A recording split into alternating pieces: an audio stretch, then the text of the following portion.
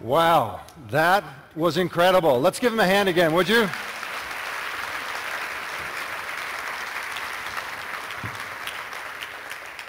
That sort of makes you want to join the choir, doesn't it? It is great. Well, listen, it is just a delight to have you here this morning. And we have just been enjoying this, our second service. And if you're joining us by way of our venues, we welcome you as well. And it's always our desire you feel and sense God's presence when we gather together. Well, we have a very, very special moment here that we want to share. And I've invited members of our first service to stay back and to participate as well in our venues. And so let me just sort of set a little bit of the context, and then I'm going to introduce a very special guest to you today. You know that most of us, we've been watching the news over the last number of weeks, particularly with keen interest, as the news of the nations that are experiencing civil unrest or anti-government unrest spread through sort of North Africa and into the Middle East. And if you're like me, there are moments that we have deep, sober reflection. And then there are moments that we go, I am so grateful that the song that we just sang, that there is a rock that we can lean on. And so we know that our hope in Jesus Christ is secure. And it's not just in those regions of the world. There are, as we have been made aware of over the last number of months, around our world, minorities and believers are persecuted as they experience just some of the challenges they go through.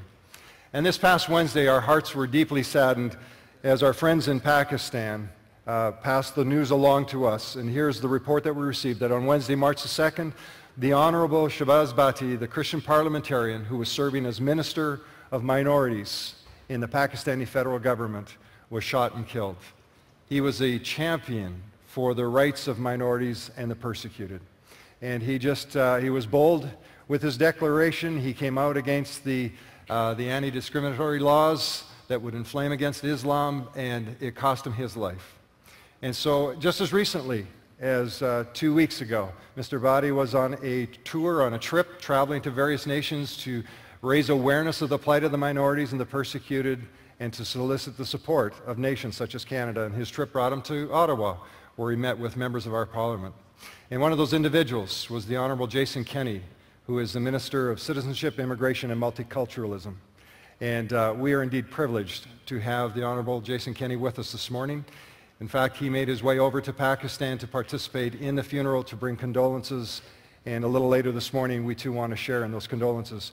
But I am delighted and privileged that we have such great leadership in this nation, members that are willing to help stand up and declare, and members who are willing to say that the minorities do have a voice, and that when tragedy does strike, that we just don't turn our heads away, that we look straight into it, and we make strong declarations, and we call for righteousness. So would you join me this morning in giving a very, very warm portical welcome to the Honorable Kenney.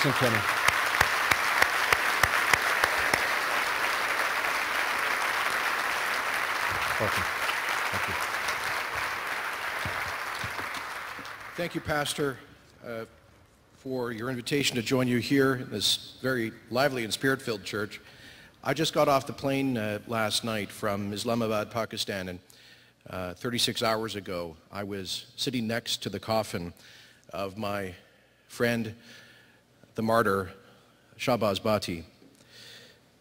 In Pakistan, about 1.5% of the population of 180 million people are Christians. There are other religious minorities, Sikhs and Hindus, Baha'i, Ahmadiyas, and others. All of them live under fear that someday someone may accuse them of having blasphemed the Prophet Muhammad, which will bring upon them a potential death sentence.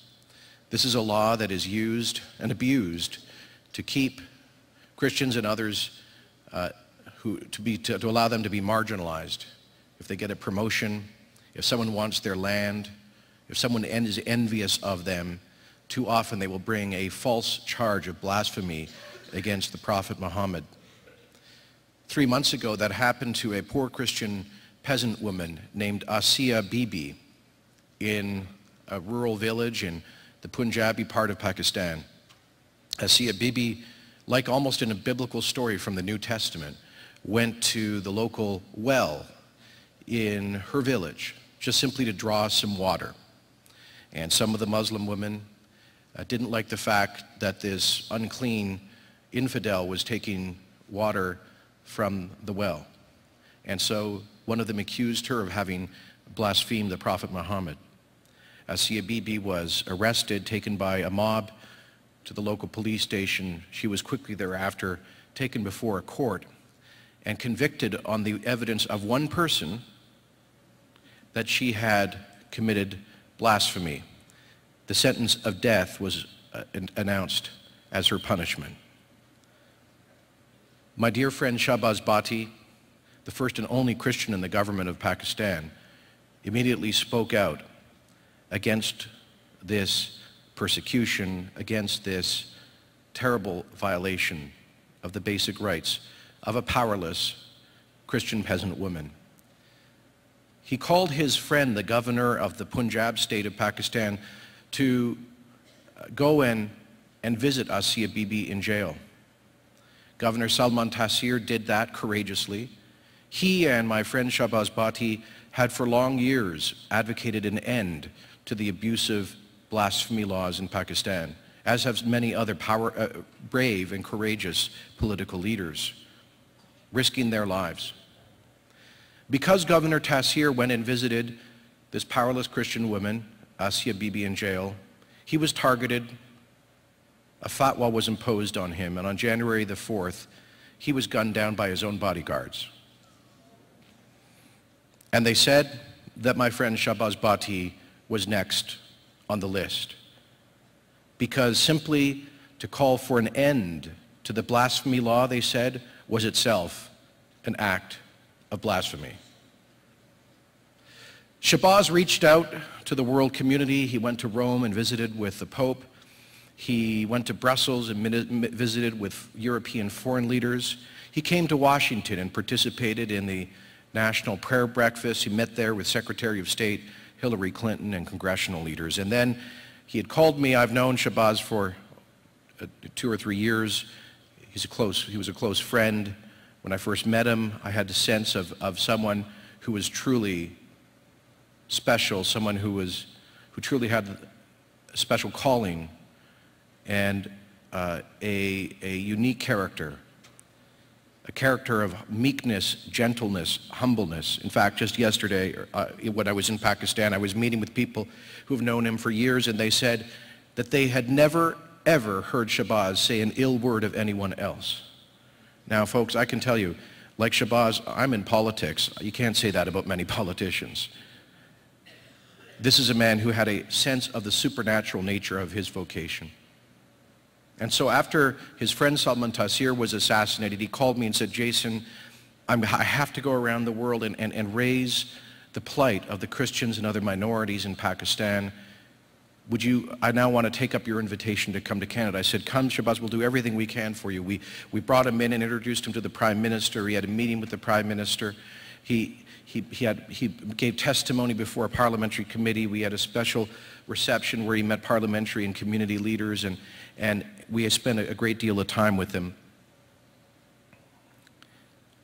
When I last saw Shahbaz, just following his meeting with our Prime Minister,